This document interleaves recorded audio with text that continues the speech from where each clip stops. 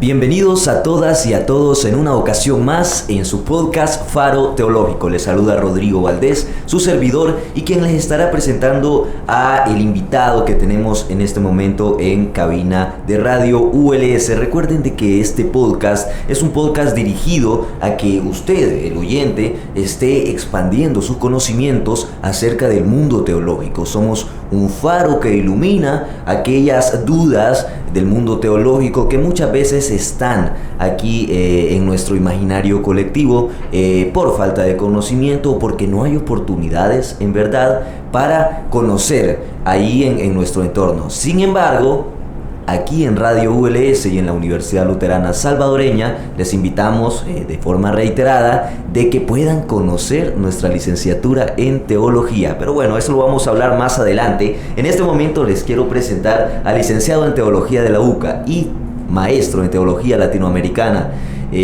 también maestrante de la UCA, el docente aquí en la Universidad Luterana Salvadoreña, Herbert Galeano. El maestro Herbert Galeano en este momento es especialista en temas bíblicos y también está pues ejerciendo su papel de docente aquí en nuestra universidad, la Universidad Luterana Salvadoreña. Buenos días, maestro. Buenos días. El compañero Javier Jule, ¿cómo estamos? Hola, muy bien. ¿Y ustedes qué tal? Muy bien. Aquí bastante emocionados. Ya es el sexto podcast de Faro Teológico. Y bueno, siguiendo, maestro, estábamos hablando del tema que íbamos a tocar en esta ocasión, cómo íbamos a dividir el podcast. Y el tema principal del que vamos a hablar, maestro, es la parábola del hijo pródigo, esta parábola tan famosa, ya bastante estudiada por las personas y bastante conocida, y el problema del mal. ¿Cuál es la relación, antes de empezar con el tema, entre la parábola y el problema del mal de una forma breve, maestro? Pues primero tratar de ver de que el problema del mal tradicionalmente ha sido ¿por qué existe el mal? Sí. ¿Verdad? Si Dios es bueno y Dios es todopoderoso. Sí. Y ver cómo, ¿verdad?, esta parábola puede ayudar a iluminar, ¿verdad?, esta dificultad con la que nos hemos presentado. Tradicionalmente, yo creo que la pregunta ya tiene una trampa en sí misma, sí, ¿verdad? Tiene una trampa porque nos dice ¿por qué existe el mal? ¿Por qué? ¿Verdad? ¿Por qué existe el mal? Claro. ¿Verdad? Esto significa que algo de todas estas cosas que existen están mal o son malas. O debería de hacer algo, o alguien debería de hacer algo porque no existe porque mal. No existieran más, ¿verdad? Ajá. Entonces, es decir, ¿pero quién ha decidido que son malas? Pues es el ser humano, ¿no? El ser humano ha decidido si son malas o son buenas. Entonces, en ese aspecto, la parábola del hijo pródigo nos presenta un estilo diferente de cómo enfrentarse al problema del mal, ¿verdad? Claro, el hijo pródigo se preocupa por un cierto tipo de mal, no está preocupado por el mal cósmico, no porque hay terremotos o porque hay huracanes, no está preocupado por eso. Pero sí está preocupado sobre qué tenemos que hacer frente al mal, qué tenemos que hacer frente a las personas que no se comportan debidamente, las personas malas, que tradicionalmente llamamos como malas. Y aquí es donde creo que la parábola del hijo pródigo presenta luces con respecto a este problema. La parábola del hijo pródigo. No sé si podríamos hacer un breve repaso, maestro, con respecto a esta parábola, en qué contextos fue contada esta parábola, y también un breve repaso a la parábola y cuál fue al final pues el consejo o la enseñanza. Pues el contexto en este caso sería un contexto más que todo literario, ¿verdad? Sí. Lucas es el único que nos narra esta parábola. Esta parábola no está en ninguno de los otros evangelios. Al mismo tiempo, Lucas la enmarca en una manera bastante particular, ¿verdad? Nos cuenta 3 parábolas que tratan sobre lo mismo. La primera es la parábola de la oveja perdida. La segunda es la parábola del dracma perdido, la moneda perdida. Y la tercera es la de este hijo perdido, ¿verdad? Entonces, las 3 hablan sobre lo perdido. Las 3 hablan también sobre la misericordia, ¿verdad? Las 3 hablan sobre pecadores arrepentidos. o Lucas al menos, las convierte en temas sobre pecadores arrepentidos. ¿De qué trata en particular la del hijo pródigo? Y aquí es donde es bastante brillante. Lucas cierra estas 3 parábolas con la del hijo pródigo, que es la más extensa, y nos presenta 2 hijos, un hijo mayor y un hijo menor. El hijo mayor es el bueno y el hijo menor es el malo, ¿verdad?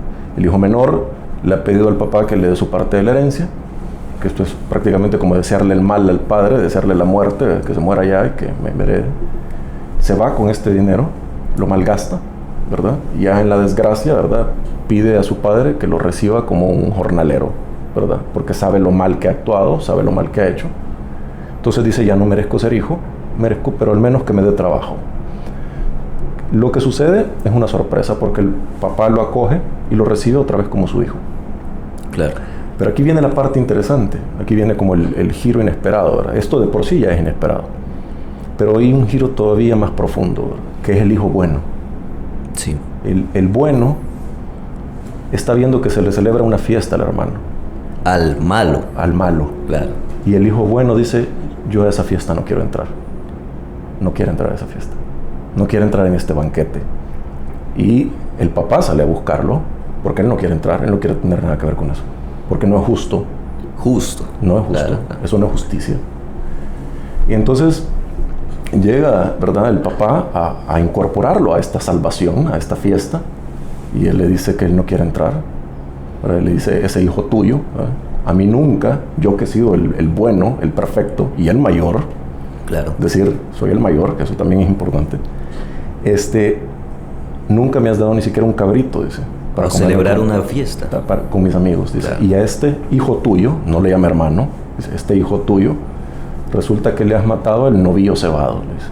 Dice, esto no es justo, esto no es correcto, esto no está bien.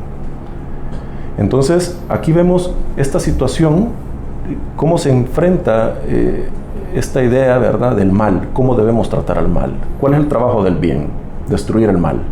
No aquí. El trabajo del bien en este caso es rescatar al mal, es salvarlo, redimirlo. Entiendo. Y el problema que se tiene con esta prédica, tristemente, no es con los malos. Los malos acogen este mensaje en Lucas. Que alguien diga que nos va a salvar, los malos acogen este mensaje. Tristemente, quienes no lo acogen son los buenos, ¿verdad? Los correctos, los puros, los santos, esos son los que no lo acogen. Entonces, creo que va por ahí la cuestión, ¿verdad? Esto es lo interesante. Bastante interesante porque también se toca el tema de la justicia. Y bueno, se tocan varios temas.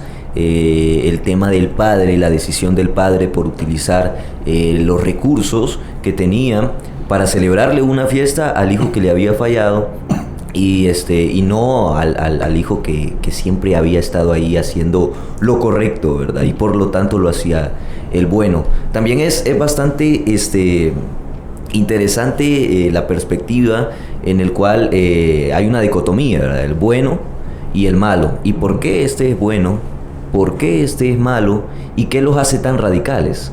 ¿Qué los hace tan, de una manera, por así decirlo, simples, ¿verdad? Bueno y malo.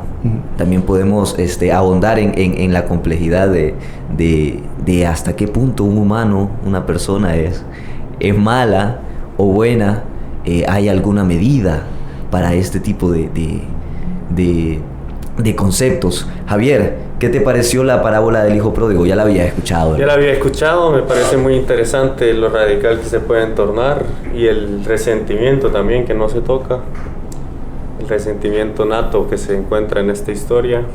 No sé qué más nos puede comentar sobre eso, licenciado. Esta cuestión, ¿verdad?, trata mucho el tema de la justicia, sobre todo la justicia como la hemos pensado siempre, ¿verdad? La justicia siempre la hemos pensado en términos retributivos. Si alguien actúa bien, debe premiársele, y si alguien actúa mal, debe castigársele. Claro. Eso es la manera como ha sido establecida la justicia universalmente. Claro. Esto no es exclusivo del judaísmo, esto está en todos lados, ¿verdad? Lucas, de hecho, ahonda mucho en este tema de la justicia, ¿verdad? Se preocupa mucho por decir en ciertas partes, ¿de qué sirve que le hagas el bien a los que te hacen el bien y le hagas el mal a los que le hacen el mal? Los paganos hacen lo mismo. Entonces, ¿en qué estriba la diferencia de ser cristiano o ser judío? Que ellos se enfrentan con otro tipo de justicia, y esta es la justicia salvífica. Salvar. ¿Verdad? Es salvar. ¿Y por qué salva Dios? ¿Porque somos buenos? No nos salva porque somos buenos, ¿verdad? Nos salva porque necesitamos ser salvados. Y quizás aquí podemos hacer una comparación haciendo con la parábola de que nos salva porque somos sus hijos. Exactamente, nos salva porque somos sus hijos, ¿verdad? Pero nuestra perspectiva es que los hijos malos no deberían de existir. Los hijos malos no deberían de existir, solo deberían de tener hijos buenos. Entonces aquí dice, no va por ahí la cosa, ¿verdad? Y el caso de Lucas no es único, es decir, hay precedentes también, ¿verdad? Hay precedentes en el Antiguo Testamento. El caso de Jonás es un caso muy singular también, ¿verdad? Jonás se le envía a predicar a Nínive, Nínive se convierte, ¿verdad? Y Jonás esto le indigna. ¿Cómo es posible que van a perdonar a Nínive? Sí. Después de que ha destrozado a todo el reino del norte. No es justo, no es correcto. No es correcto. Hizo el mal. Javier, ¿para vos qué es ser malo? En la justicia creo que el mal es algo que está mal visto por la sociedad y es pecado. Pero no sé qué más nos puede comentar usted, licenciado. ¿Qué es el mal, maestro? Pues el mal puede ser definido de un montón de maneras, ¿verdad? Como les digo, hay un mal cósmico, ¿verdad? Pero en esencia el mal es todo aquello que atenta contra lo que nosotros consideramos bueno y legítimo. Para el ser humano es eso. El mal es todo aquello que atenta contra lo que es bueno y legítimo. Pero no necesariamente es así para Dios, ¿verdad? Y creo que ahí está parte del misterio. El relato de la creación nos dice que vio Dios que todo era bueno. Y el pecado de la caída nos dice que mira que el ser humano ha venido a distinguir entre el bien y el mal. Entonces aquí comienza y arranca esta dicotomía del bien y el mal que Dios no había puesto necesariamente en la creación. Algunos comentarios que uno puede escuchar hablan de que el origen de todo mal fue la acción de la desobediencia de Eva. ¿Es entonces el origen del mal, hablando en términos teológicos, la desobediencia hacia Dios? Simbólicamente sí, hay una desobediencia, es decir, hay un mal, ¿verdad? El hijo, en esta parábola del hijo pródigo, el hijo menor ha actuado mal. O sea, la parábola en ningún momento nos dice que ha actuado bien, se encarga muy bien de decirnos que ha actuado mal. La desobediencia del ser humano en el paraíso, ¿verdad? Es un actuar mal, es un desafiar a Dios, es un decir, yo quiero comer del árbol del conocimiento, yo quiero decidir lo que es lo bueno y qué es lo malo. Sí. Ya no quiero que Dios me diga cómo vivir, quiero yo decir cómo vivir, qué es lo bueno y qué es lo malo. Y es que quizás el origen del todo mal para los humanos, pero si nos ponemos más atrás, quizá el origen de todo mal fue la desobediencia de Lucifer. Míticamente sí.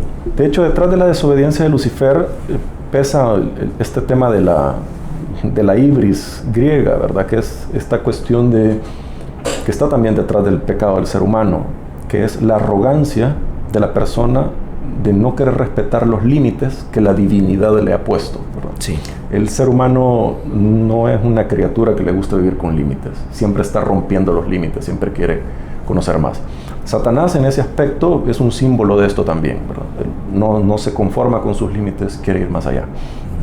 Y de esto hay también más casos en la Biblia, ¿verdad? Que por cierto también se ponen en los casos de los hermanos también, ¿verdad? Sí. Caín y Abel, claro. Por ejemplo, Caín y Abel, el hermano mayor y el hermano menor. El ¿verdad? Bueno y el malo. Hay de alguna manera un bueno y un malo, ¿verdad? Pero Caín dice, no es justo que mi hermano menor se esté ganando el favor de Dios y no yo, que soy el mayor, ¿verdad? Hay algo ahí de eso. El primogénito. Es el primogénito, ¿verdad? Pasa similar con José y sus hermanos. José es el menor también. Y resulta que José se gana el favor del papá y esto no es justo para el resto de los hermanos. Entonces tienen que decir, no es justo, ¿verdad? Pero los límites están ahí, ¿verdad? Hay que respetar al hermano. No. El ser humano va a buscar desafiar esos límites. Esta es parte de su pecado. Hay una desobediencia, claro que hay una desobediencia. La desobediencia de Lucifer tiene que ver con esto, ¿verdad? Esto es pensando en teología medieval y en los poemas de Ezequiel y de Isaías, ¿verdad? Sobre que quiere erigir el trono por encima del trono del Altísimo, ¿verdad? Pero es esto, ¿verdad? Es no querer conformarse con sus límites, querer sobrepasarlos, ¿verdad?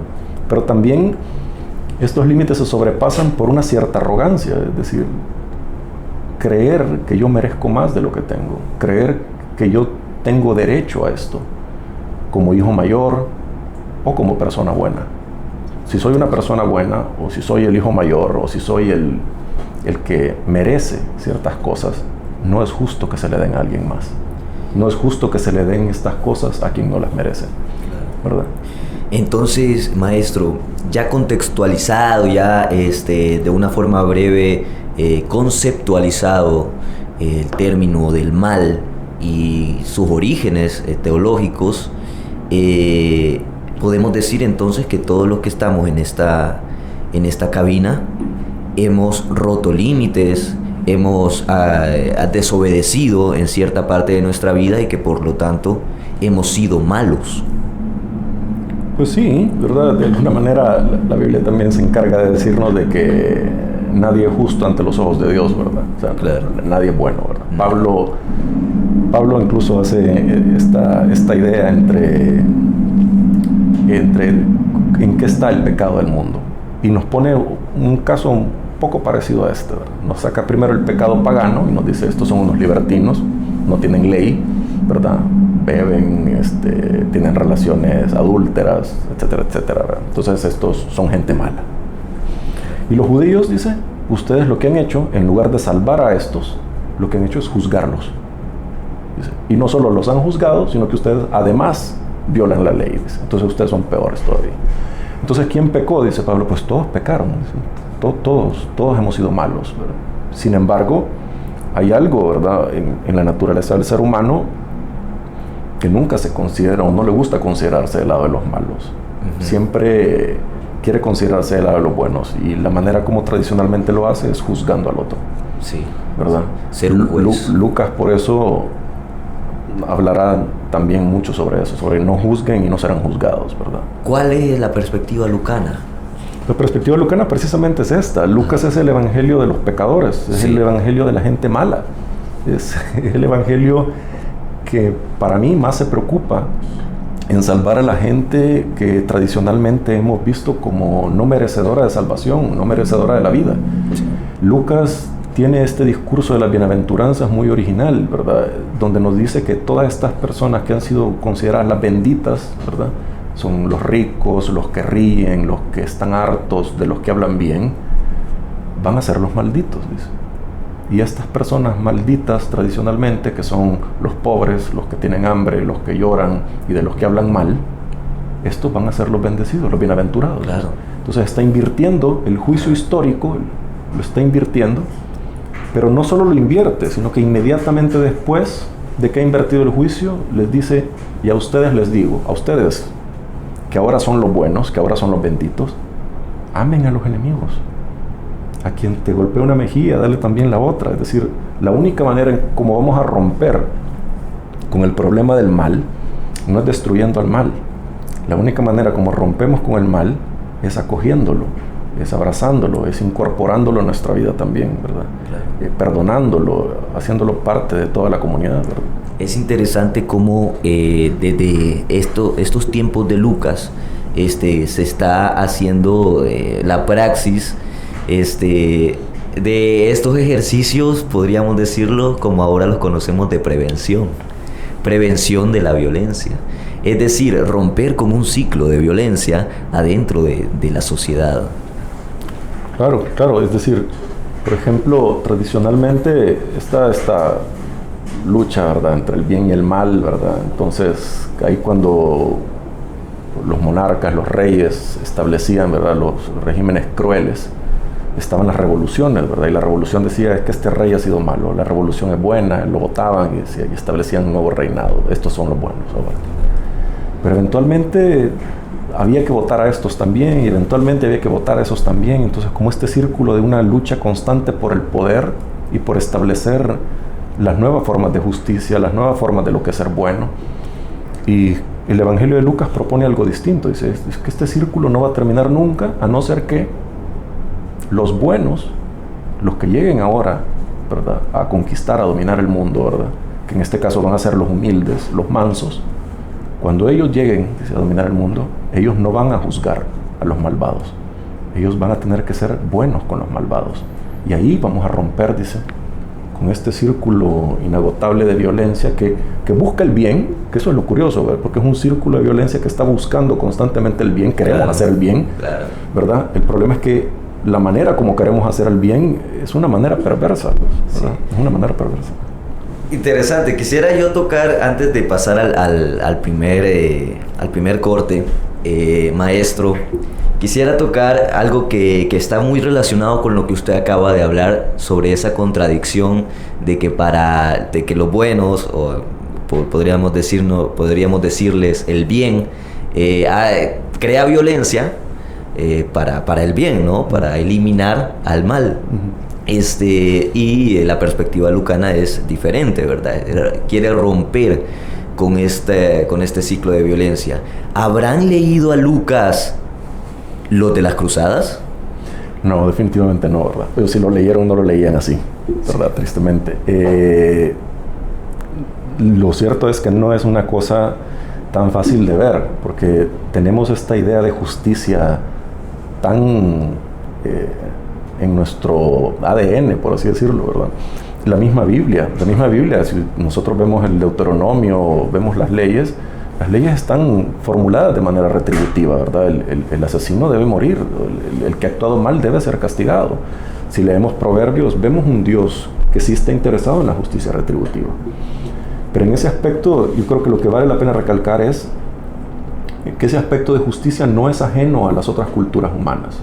El aspecto de justicia que sí es innovador en la Biblia hebrea y en el Nuevo Testamento es ¿verdad? Es esta justicia que busca salvar a sus hijos y salvar a la creación, ¿verdad? No eliminar de la creación todo lo que nos estorbe, todo lo que no nos favorezca, porque eso es una cuestión histórica, ¿verdad? Lo que es bueno para mí hoy puede que no lo sea para mí mañana, ¿verdad? Entonces, por eso es que el bien y el mal están cambiando en la historia constantemente, ¿verdad? Y la actitud, por eso, que invita a Lucas es a esta, ¿verdad? A coger el mal, a cambiarlo, a predicarle de alguna manera, ¿verdad? Perfecto.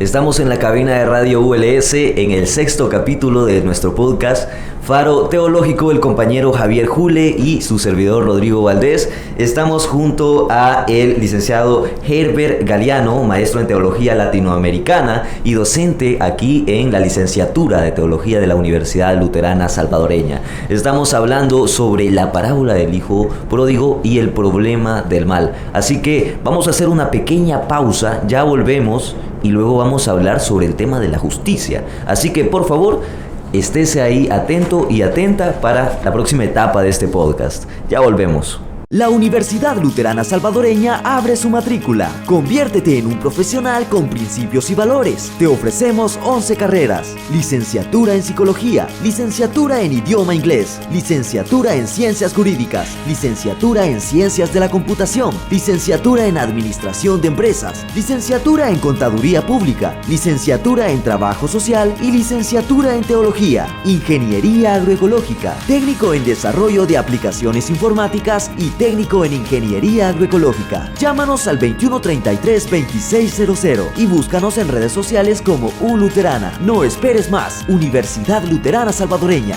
Tu opción al futuro. Volvemos al 6º capítulo de Faro Teológico, donde hemos estado hablando sobre el hijo pródigo y el mal. Maestro, ¿nos puede hablar sobre la justicia? Sí, pues en la Biblia principalmente se nos presentan dos tipos de justicia, ¿verdad? Hay una justicia que es retributiva, ¿verdad?, en la cual pues, se debe premiar al que actúa bien, ¿verdad?, ya sea como se ve en los proverbios, ¿verdad?, el sabio vive una vida feliz y el necio pues es castigado, ¿verdad? Las leyes dadas por Dios a Moisés, ¿verdad?, son leyes retributivas. Buscan castigar a quien ha hecho mal, a quien ha desobedecido a Dios, ¿verdad? Pero de la mano de esto también hay otro concepto de justicia que aparece en la Biblia, que es la justicia salvífica. Este es un concepto de justicia que ocupa mucho Pablo, ¿verdad? Sobre todo en su carta a los romanos. ¿En qué consiste esta justicia salvífica? Significa una persona que está sufriendo y que necesita que se le haga justicia, se necesita ser rescatada. Esto está de alguna manera emparentado con la tarea de los jueces, ¿verdad? Si nosotros leemos el libro de los jueces, ¿qué era un juez? Pues, la persona que hace justicia. ¿Cómo hacía justicia un juez en el libro de los jueces?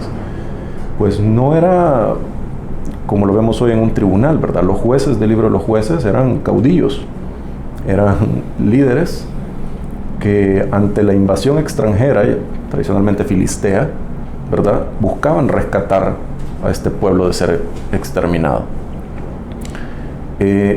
Justicia salvífica es también la que hace Dios en el Éxodo, ¿verdad? Rescata a este pueblo, porque este pueblo ha clamado a Él. Ahora, ¿los rescata porque son buenos? No. De hecho, una de las cosas interesantes de la Biblia hebrea es que nos cuentan cómo es este pueblo. Nos cuentan cómo es este pueblo en su viaje por el desierto. Y nos dejan muy claro, pero muy claro, de que este pueblo no es bueno. Es un pueblo muy pecador, está constantemente apostatando, está queriéndose regresar a Egipto, no confían en Dios, ¿verdad? No es un pueblo bueno. Pero Dios lo está rescatando como acto de justicia.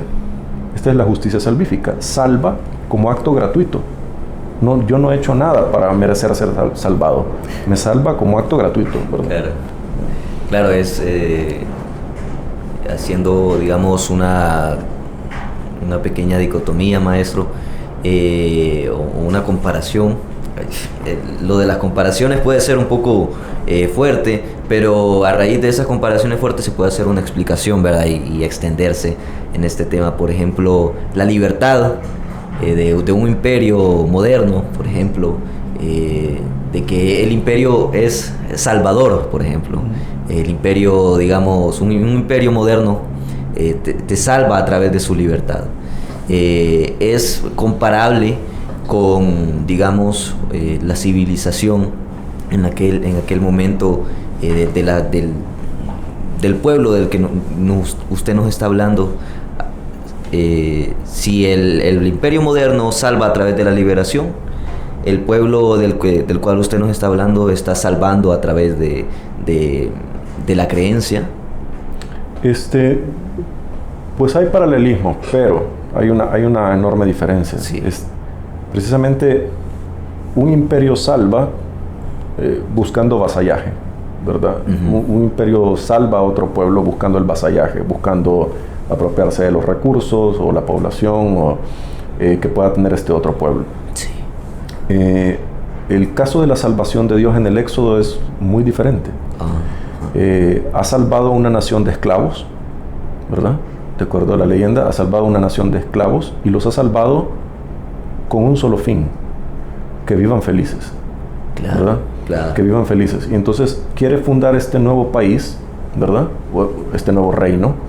Y para eso les da un conjunto de leyes, ¿verdad? Y le dice, porque las leyes son para que ustedes sean como ningún otro pueblo. Ese es el objetivo, que sean como ningún otro pueblo. Pero como cantaleta, sobre todo en la historia deuteronómica, ¿verdad? Esto es Josué, Jueces, Samuel y Reyes, ¿verdad? Como cantaleta siempre está esto de, pero es que nosotros queremos ser como las otras naciones. Queremos tener un rey como las otras naciones. Los ha sacado de esclavos, pero los judíos quieren tener esclavos. Los ha sacado de la opresión de un faraón, pero ellos quieren tener un rey. Quieren ser como las otras naciones. Y ese no era el proyecto, ¿verdad? El proyecto era que los saca para que vivan libres y vivan felices, ¿verdad? Pero el ser humano tiene también sus propios proyectos, ¿verdad? Entonces, y tiene su propia manera de hacer las cosas. Claro, es entonces este ejercicio de salvación, podría decirse, de justicia salvífica, errado poniéndolo ya en un contexto de la decisión humana de vivir, de qué es lo que quiere cada ser humano para vivir, el motivo de vida de cada individuo, va en contraproducencia con esta justicia salvífica. Claro, ¿verdad? Es decir, sin embargo, siempre se nos va a presentar aún cuando la justicia salvífica es muy fuerte, siempre se nos presentan los juicios, ¿verdad? Aparecen juicios en el Nuevo Testamento, aparecen juicios en Mateo, juicios en Lucas, juicios en Juan, juicios en el Apocalipsis, juicios en Pablo, ¿verdad? Hay juicios. Pero tenemos que entender que en el contexto del Nuevo Testamento la palabra puede ser juicio, pero más que un juicio es un discernimiento. Es un discernir de saber cómo debo de actuar. El cristiano por algo no está tan atado a la ley en ese aspecto, ¿verdad? Por algo también una carta a los Hebreos nos dice que Jesús nunca pecó. El hecho de que la carta a los Hebreos dice que Jesús nunca pecó es una cosa bien particular y responde a una intención fuerte. Esto significa que las veces que Jesús trabajó un sábado o que violó las leyes de pureza, no son considerados un pecado. No, el cristiano no ve esas transgresiones a la ley como pecado. Esto significa que el cristiano puede transgredir la ley de cara a hacer lo que considera correcto o lo que considera bueno, ¿verdad? Y ahí en ese contexto es donde cabe también la frase de Pablo de todo nos es permitido, claro, pero no todo conviene, ¿verdad? Es decir, yo puedo mentir para salvar una vida. Claro que es permitido mentir para salvar una vida, pero eso no significa que puedo mentir siempre y que me conviene mentir siempre, no. Es decir, saber cuándo se puede transgredir la ley. Esto aterriza con algo que se nos presenta a lo largo de toda la Biblia, y es nada es lo suficientemente santo, nada es lo suficientemente santo que no pueda ser ocupado para hacer el mal. Y al mismo tiempo, nada es lo suficientemente maldito que no pueda ser utilizado por Dios para la salvación del ser humano. Pensemos en el límite, es la muerte, la cruz. Dios se auxilia de la cruz y de la muerte, que son las cosas más malditas que pueden existir para el ser humano, pero las ocupa para nuestra propia salvación. ¿Verdad? Y asimismo, la ley sirvió para perder a las personas, el templo sirvió para pecar, los reyes sirvieron para pecar, los profetas, hubo falsos profetas, hubo jueces corruptos. Todas las instituciones sagradas se prestaron para hacer actos injustos. De la misma manera también, muchas de las cosas que consideramos malditas, impuras, pueden ser utilizadas para nuestra salvación. Piensen en la figura de las prostitutas en el Evangelio de Lucas, o las prostitutas incluso en el Antiguo Testamento, ¿verdad? Cómo han servido también para parte de la historia salvífica del pueblo.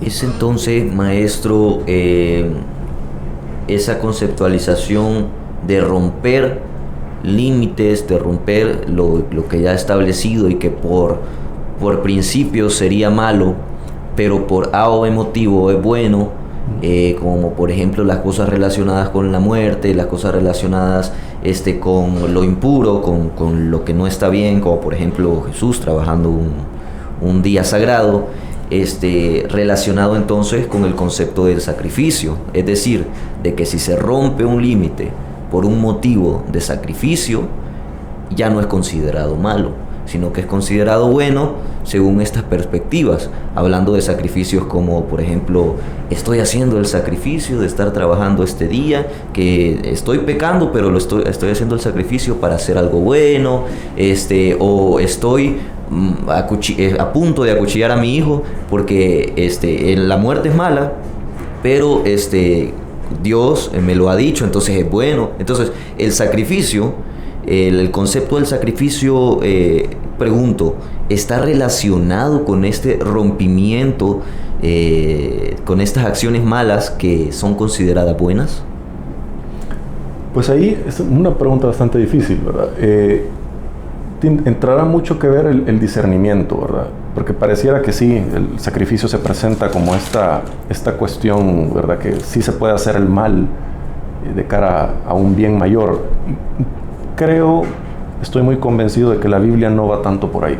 Sí.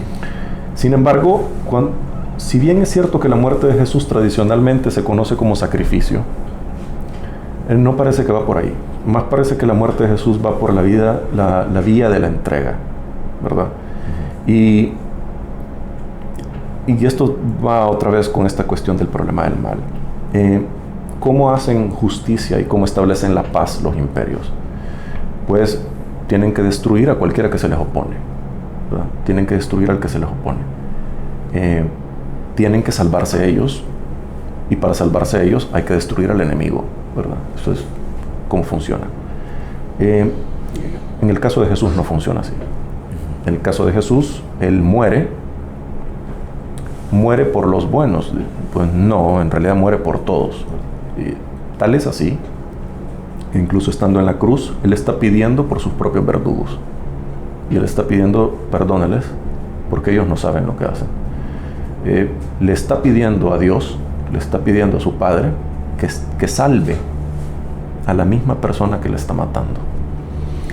¿Cómo se da nuevamente la justicia de Dios? La justicia de Dios no se da como una fuerza que baja del cielo a matar al Sanedrín y matar a Pilato. No funcionó así.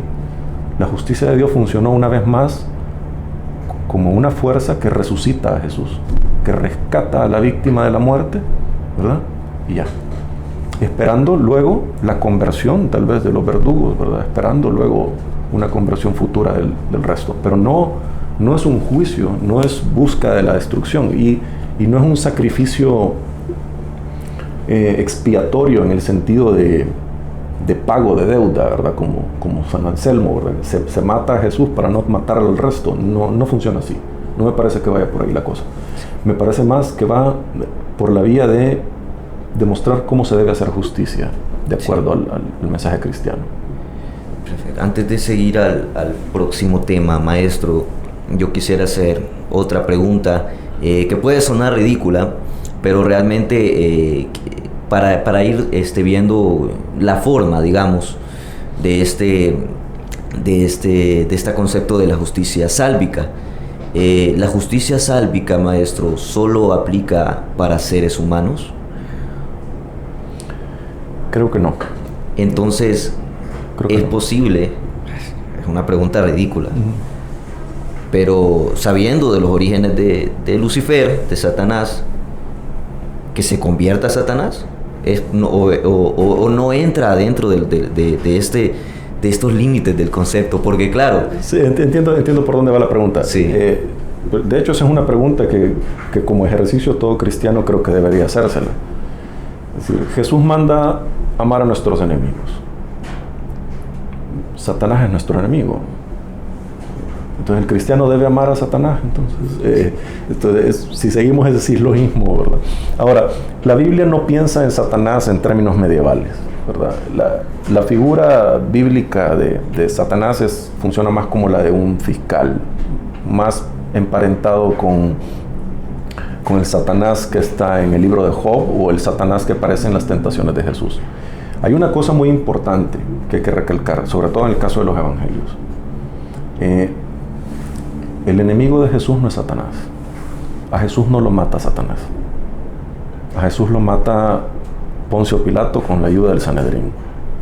Y los evangelios se encargan de decirnos eso. Que estos son los responsables. No es Satanás. Satanás lo tentó, sí. Eso nos lo dice el texto. Pero lo otro es que quienes se encargan de ejecutarlo son estas personas. Y a lo largo de la Biblia, ¿verdad? Sí aparece esta figura de Satanás, pero Satanás es constantemente, la palabra significa adversario, literalmente. Entonces, cualquier persona que sea mi adversario es Satanás, ¿verdad?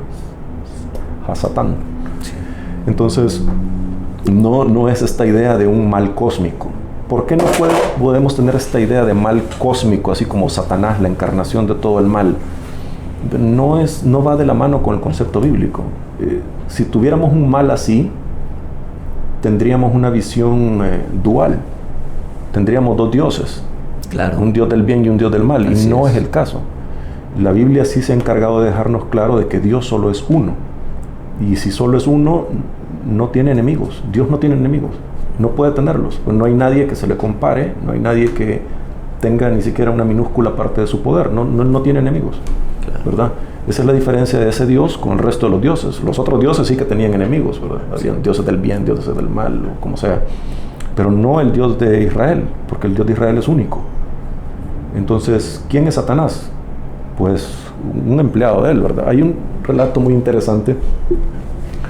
Por ejemplo, nosotros vemos relato de Reyes, nos dice que Dios, ¿verdad? No recuerdo bien la cita, pero Dios entró en David, dice, y cerró su corazón para que David hiciera el censo. Y David hace el censo porque Dios le ha cerrado el corazón. Si leemos el paralelismo en el libro de las Crónicas, dice, y Satanás entró en David y oscureció su corazón para que David hiciera el censo. Entonces, esto es una cosa muy interesante. Dice, quien escribió el libro de las Crónicas está evidentemente copiando el libro de Reyes y deliberadamente ha cambiado el nombre de Dios y ha puesto el nombre de Satanás ahí. ¿Por qué? Esto significa que o sea, ambos obedecen a una misma intención. Satanás no es un enemigo de Dios. Satanás es un empleado de Dios. Satanás trabaja para Dios, ¿verdad? En el libro de Job dice, estaban ahí, dice, todos los hijos de Dios. Entre ellos estaba Satanás. Y es curioso porque está en el cielo. Satanás no está en el infierno. Satanás está en el cielo junto con los otros hijos, platicando ahí con Dios.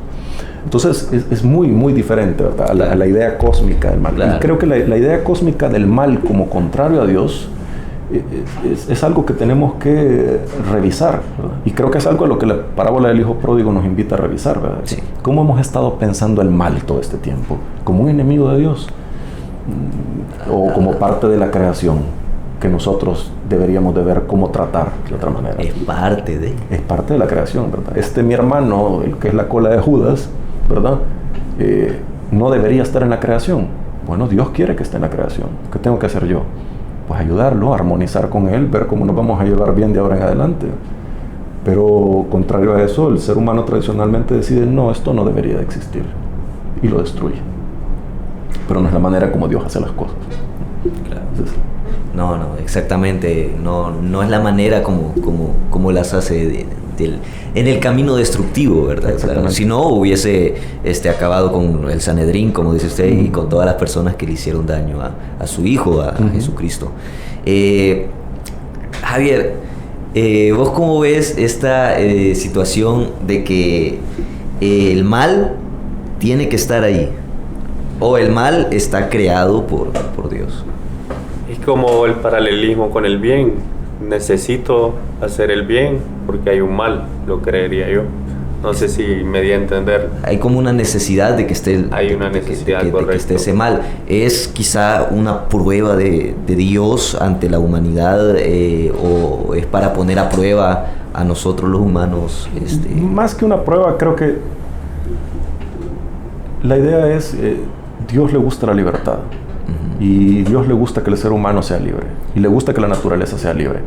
Ahora, también le gusta que esa libertad sea bien utilizada, ¿verdad? Que esta libertad no se pervierta, ¿verdad? Que esta libertad esté abierta a conocer maneras más profundas de existir. Y cuando digo maneras más profundas de existir es una forma distinta de ver el mundo, ¿verdad? Por eso es importante resaltar eso también, ¿verdad? Que hay una forma de justicia que es retributiva. Sí, el ser humano ha imaginado que la justicia es esto, que venza el bien y que se destruya el mal. Ya el ser humano ha dejado claro esto. Pero a eso, ante esa posibilidad que el ser humano ha creado, Dios presenta una todavía más grande. Y dice, bueno, pero también hay otras maneras de ver la justicia, también hay otras maneras de ver la creación. Hay otras maneras de usar la libertad. Sí, la libertad puede ser usada para ejecutar a mi enemigo, pero también la libertad puede ser utilizada para salvar a mi enemigo. Para convertirlo. Para convertirlo, exactamente. Javi, ¿alguna vez has sentido de que ha habido algo que ha hecho un mal, digamos, y en vez de intentar destruirlo, simplemente no desearle el bien quizás, pero sí desearle el bien sería la justicia salvífica, que se salve, o sea, desear su salvación, desear su conversión, esa sería Claro, yo me considero un pecador, por ende creo en la salvación. Me he sentido a veces parte este sistema que estamos hablando, ¿verdad? Donde yo hago el mal, pero necesito ser salvado. Necesita ser salvado. Algunas veces en nuestra vida cotidiana podemos tener digamos algunos problemas con otros seres humanos, ¿verdad? Otros individuos, otras personas que están adentro del círculo en el cual nos desenvolvemos, en el tráfico, en el supermercado, algunos roces, algunos choques. Es entonces desearle el bien, ¿verdad? Desearle la conversión a esta persona, que se dé cuenta de que está haciendo el mal y de que se convierta y de que cambie su posición, su forma de ver el mundo, de que cambie su comportamiento, digamos, que nosotros consideramos como malo. También es una actitud de justicia salvífica, de invitarlo a la conversión, no específicamente a la conversión cristiana, pero sí a la conversión de que cambie su comportamiento. Claro, ¿verdad? Es decir, invitarlo a decir otro mundo es posible, ¿verdad? Podemos vivir de una manera diferente, podemos empezar a hacer las cosas ya de una manera diferente, ¿verdad? Podemos dejar de pensar que solo nosotros somos los buenos, que los otros están equivocados, y que todo aquello que no encaja, que esté equivocado, no debería existir. Bueno, existe, y hay que hacer nuestra paz con eso, existe, está aquí, y no se está yendo a ningún lado. El mal, como lo hemos llamado, nos ha acompañado desde nuestros propios orígenes y hemos luchado duro por destruirlo, y eso, ¿verdad? Lejos de acercarnos a Dios, lo que ha ido es alejándonos cada vez más. Estamos en el 6º capítulo de nuestro podcast Faro Teológico, en esta ocasión con la compañía del maestro Herbert Galeano, quien nos está hablando sobre la paradoja del hijo pródigo y sobre el problema del mal. Hemos tenido una larga conversación en estas dos etapas del podcast, y vamos ahora a un segundo corte comercial para luego, seguir hablando sobre este tema y desenvolver sobre un tema bastante interesante del cual vamos a hablar después de la pausa, así que ya volvemos. La Universidad Luterana Salvadoreña abre su matrícula. Conviértete en un profesional con principios y valores. Te ofrecemos 11 carreras: licenciatura en psicología, licenciatura en idioma inglés, licenciatura en ciencias jurídicas, licenciatura en ciencias de la computación, licenciatura en administración de empresas, licenciatura en contaduría pública, licenciatura en trabajo social y licenciatura en teología, ingeniería agroecológica, técnico en desarrollo de aplicaciones informáticas y técnico en ingeniería agroecológica. Llámanos al 2133-2600 y búscanos en redes sociales como ULuterana. No esperes más. Universidad Luterana Salvadoreña. Tu opción al futuro. Si yo me adapto a la justicia, al bien, al concepto del bien en el cual hemos estado hablando, si evito el concepto del mal, si soy obediente, si cumplo con las reglas, con los mandamientos, si soy una persona que se ha ganado la salvación, supongo pues que voy a ir al paraíso después de mi muerte. Yo me imagino el paraíso, pues como un paraíso individualizado. Cada persona tiene esos deseos, esos premios, esos regalos, esos sueños con los cuales quizás a lo largo de su vida nunca se van a poder cumplir o nunca se van a hacer realidad.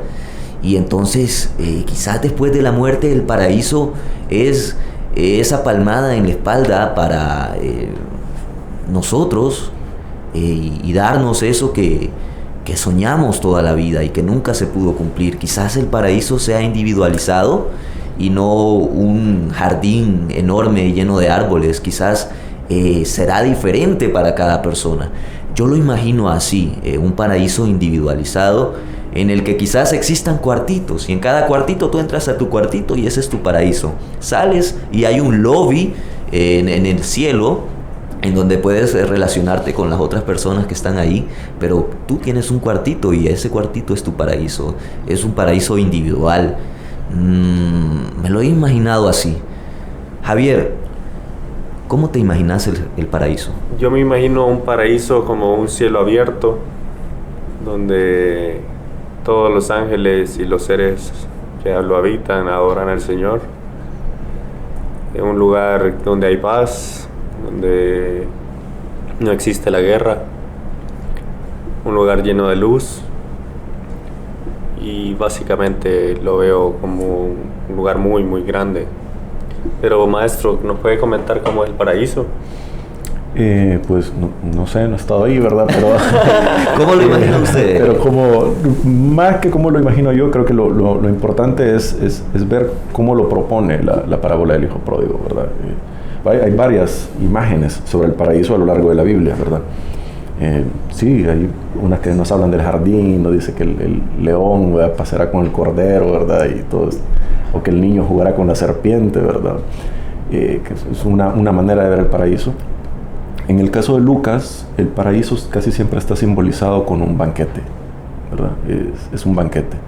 Lucas es el evangelista de los pobres, ¿verdad? El tema de la pobreza, el tema del dinero es un tema que preocupaba mucho a Lucas. Y precisamente aquí la imagen del paraíso es una vez más el banquete. El banquete donde el padre ha acogido a este hijo malvado. Pero lo curioso es que este paraíso, el hijo bueno no quiere entrar, porque no le parece justo. Entrar a ese banquete podrá ser un paraíso para el hijo pecador, pero ciertamente no es un paraíso para el otro hijo. Y eso es quizás de lo que está tratando de hablar esta parábola. ¿Quién se queda fuera del paraíso? No es Dios quien impide entrar. Dios no le está prohibiendo la entrada a nadie. Es uno quien decide no entrar.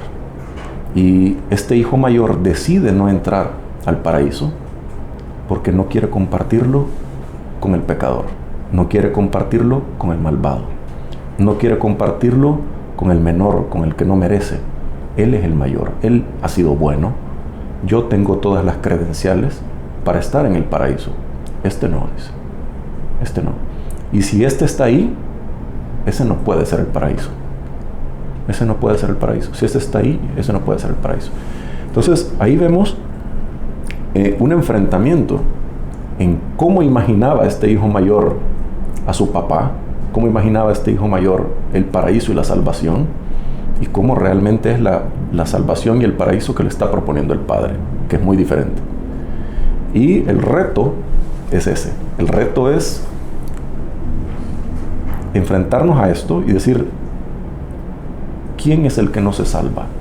Y no se salva el que no quiere entrar, el que no quiere formar parte de esta nueva comunidad en donde están los despreciados, los marginados, los malvados, ¿verdad? Y ese es este nuevo paraíso que está proponiendo Lucas, ¿verdad? Un paraíso donde cabemos todos, todo el que quiera, todo el que quiera. Pero para el que es más difícil entrar es para el bueno, ¿verdad? Es lo curioso. Claro, el concepto de justicia, ¿verdad? Que el bueno siempre ha ejercido, de repente se ve roto por la misma autoridad. Claro, bueno, entonces, y ojo, este concepto de justicia, como les digo, está el caso de Jonás, pero hay muchos más que se enfrentan con este tema de justicia. Piensen en el caso de los trabajadores de la viña, ¿verdad? El caso de los trabajadores de la viña es un caso muy similar, ¿verdad? Que es decir, bueno, los que trabajaron todo el día, es justo que se les pague más que los que trabajaron nada más la última jornada. Y dicen, no, a todos se les va a pagar lo mismo. ¿Y qué dicen nosotros? No es justo. Eso no es justo, ¿verdad? O ¿cómo es posible que Nínive se va a salvar igual que el pueblo judío? No es justo. Esto no puede ser así, ¿verdad? No es correcto. Tiene que haber, incluso en el cielo, tiene que haber jerarquías, ¿verdad? Que vivían preguntándole los hijos del trueno a Jesús, ¿verdad? ¿Quién se va a sentar a la izquierda y quién a la derecha? Y dicen, nada que ver, ¿verdad? Es decir, la idea es ponerse a servir, y servir no es servir a los señores, es servir precisamente a los débiles, a los marginados, a los malvados, a buscar la salvación de todos. Maestro, era para el hijo menor el paraíso ese banquete, y para el hijo mayor no era el paraíso ese, pero ¿y para el padre? ¿cómo lo imagina el paraíso el padre de esta parábola? Excelente pregunta, excelente pregunta. Precisamente una cosa que podemos ver en la parábola es que ninguno de sus dos hijos lo conoce. Porque el hijo malvado dice, bueno, por lo menos que me dé trabajo, dice. Pero él no está esperando nada. Y es una sorpresa para él que el papá lo acoja de la manera que lo hace. Y todavía también es una sorpresa para el otro lo que está haciendo el papá. Y se está dando cuenta de lo que el papá quiere. El papá quiere salvar a sus hijos. Salvar a sus hijos. Y eso es lo que Dios quiere también, ¿verdad? Salvar a sus hijos. Y todos son sus hijos, los buenos y los malos. Ahora, este hijo, ¿verdad?, que ha sufrido una conversión, ¿verdad?, el hijo malvado, dice, yo no sabía que mi papá era así. Ahora que lo sé, pues tiene que cambiar, va a cambiar, se espera que cambie. Y pasa a formar parte de este paraíso. El hijo mayor ha tenido también esta idea del padre, de que este padre va a castigar a los malos y va a premiar a los buenos, y entonces él está esperando una recompensa grande para él y privilegiada, y se está dando cuenta que no la va a tener. Pero le está proponiendo otra forma de paraíso, otra forma de padre, otra forma de hermano, y ahí será una decisión de él si decide entrar o no. La parábola no nos dice si no entra al final, o si se decide entrar, eso no nos lo dice. Solo nos dice que él se queda pidiéndole al hijo que por favor entre, que su hermano estaba perdido, ¿verdad?, y ha sido encontrado. Entonces la idea del padre es precisamente cambiar la manera de ver el juicio, cambiar la manera de ver el bien y el mal de sus dos hijos y crear un nuevo mundo donde los tres puedan vivir juntos y felices, ¿verdad? Pero para que los tres puedan vivir juntos y felices, todos tienen que cambiar, todos. O sea, esa es la cuestión. El hijo menor tiene que aprender, el que más tiene que cambiar. Claro. Y el hijo mayor tiene que cambiar en el aspecto de compartir. Claro, y no endurecer tanto su corazón, dejar de pensar que el mundo solo es para los buenos, dejar de pensar de que los malos no deberían de existir, dejar de ver el mundo de esa manera. El egoísmo, tener un... Claro, y no es que él sea malo, ojo, es decir, si algo se nos deja claro en la parábola es que el hijo mayor es un hijo bueno, es un hijo cabal, es un hijo que no ha hecho nunca nada en contra del papá, hasta hoy, que le dice, esto no es justo, esto no está bien, esto no es correcto. Claro. Maestro, ha sido sin duda un podcast bastante interesante, bastante profundo, en el cual pues hemos ahondado bastante en el tema del mal, llevando la parábola del hijo pródigo de la mano. Y cuáles son las perspectivas del bien, del mal y de la justicia de las diferentes partes, tanto del hijo menor, del hijo mayor, del padre, y claro, haciendo una comparación luego con nuestra realidad, con luego afuera de la caja de la parábola, ¿verdad? El Padre, Dios, los buenos y los malos en relación al mundo en donde vivimos. Ha sido bastante interesante sin duda, y no sé, maestro, si para finalizar quisiera dar, digamos, unas palabras conclusivas con respecto al problema del mal. Pues yo creo que es un problema de mucha actualidad, sobre todo en la situación salvadoreña en la que estamos viviendo, ¿verdad? Yo entiendo, ¿verdad?, que un Estado tenga que hacer su manera de valer las leyes de una manera retributiva. Puedo entenderlo, ¿verdad? Pero lo que creo que el llamado acá es a las iglesias, ¿verdad?, a las personas que hemos decidido ser cristianas, que hemos decidido seguir a Jesús. No podemos seguir haciendo justicia para nuestros jóvenes. Hablando de los casos de las pandillas, ¿verdad? Nosotros como cristianos no podemos seguir pensando la justicia nada más en esos términos, nada más. Tenemos que pensar en una justicia un poco más grande. Tenemos que pensar en salvarlos a ellos también, no solo en condenarlos. O sea, entiendo la parte de la justicia retributiva, pero no podemos quedarnos ahí como cristianos. Creo que eso es a lo que nos invita la parábola del hijo pródigo. Bastante interesante. Licenciado Herbert Galeano, licenciado en Teología y máster en Teología Latinoamericana, es un especialista en temas bíblicos. También es docente aquí, licenciado maestro, sí, en la ULS. Exactamente, ¿verdad? Soy aquí profesor de la Universidad Luterana Salvadoreña, ¿verdad? Entonces los invito a que se acerquen, ¿verdad? Estos son parte de los temas que se discuten en los salones de clases, son parte de las cosas que nos dedicamos a investigar e impartir, ¿verdad? El problema del mal, el problema ¿cómo que se llama?, de la justicia. Y acérquense, ¿verdad? Pueden hablar ahí con el coordinador Omar Flores, ¿verdad?, para que puedan ahondar ustedes en estos temas. Muchas gracias, maestro. Es un gusto para nosotros tenerlo aquí en la cabina de Radio ULS, ser un invitado aquí en el podcast Faro Teológico. Es un tema el cual hemos hablado ahora que va a dar para muchos otros más podcasts, este tema del mal. Así que, bueno, muchas gracias, maestro. Es un gusto y lo esperamos también para próximas oportunidades. Muchas gracias, Javier. Muchas gracias a todos los oyentes. Muchas gracias. Este ha sido el sexto podcast, el sexto capítulo de nuestro podcast Faro Teológico, en el que hemos estado hablando sobre la parábola del hijo pródigo y el problema del mal con el maestro Herbert Galeano. Así que los esperamos para la próxima ocasión. Esperamos de que puedan darnos sus comentarios acerca de este tema en la cajita de comentarios, y no se olvide de poder seguirnos en nuestras redes sociales como la Universidad Luterana, @uluterana, y también en nuestro canal de aquí de YouTube, Radio ULS. Puedan suscribirse para estar al tanto de este podcast y de demás podcasts que también tenemos. Así que muchas gracias, espero que tengan un bonito día. Hasta la próxima.